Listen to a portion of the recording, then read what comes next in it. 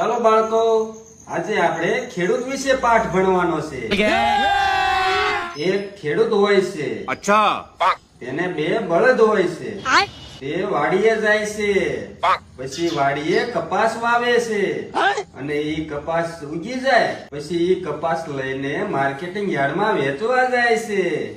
અને પછી વેપારી એનો કડદો કરે છે.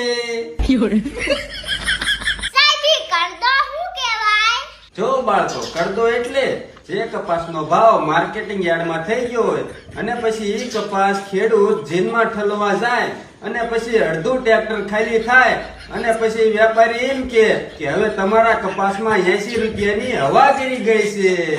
ઈ હવાનું બાનું દઈ અને 80 રૂપિયા મળે કાપે એને કડદો કહેવામાં આવે છે.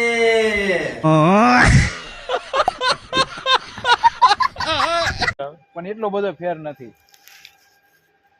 80 રૂપિયા જે ભાડ્યા હે શું આમ કરો તો હાલો આમાં.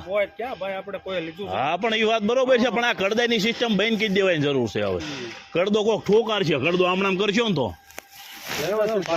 અરે ભરી દો પાછો, ભરી દો, હાલો બધો ભરી દો પાછો, વ્યવસ્થિત ભાવ થાય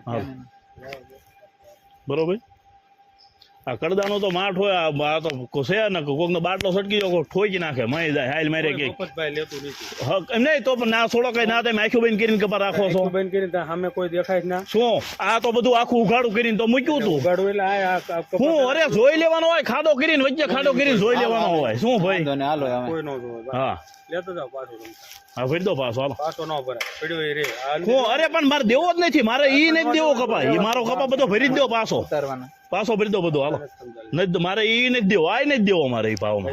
પડી ગયો જીનનો પડી ગયો ઈ જીનનો જે ગોઠામાં જ રહે. હજી થોડો તમે મને પૈસા દઈ દીધા હે, હિસાબ દઈ દીધો હે મને, કો તમે હિસાબ દઈ દીધો મને નથી દેવો કપા. તમે પાડ્યો મેં પાડ્યો કપા. ઓલે લેનાર ના સહી કોઈ ની છે, જોવો તમે લેનાર ની સહી કોઈ ની છે. હે કોઈ વાંધો નહીં, શાંતિ રાખો ને ઘડે. આપણે માર્કેટિંગ યાર્ડ માં લીધું ને તમે એને માર ના લઈ દો પાછો, હાલો તો એની પોઝિશન માં કરી દો પાછો એટલે હું લઈ જાઉં. બરોબર, આપણે પણ શાંતિ તો રાખો, તમે ઘડે ન લઈ આવો, લેતો જાવ પાછો. શાંતિ તો રાખો, લઈ લો આગળ, તમે કરાવી દો.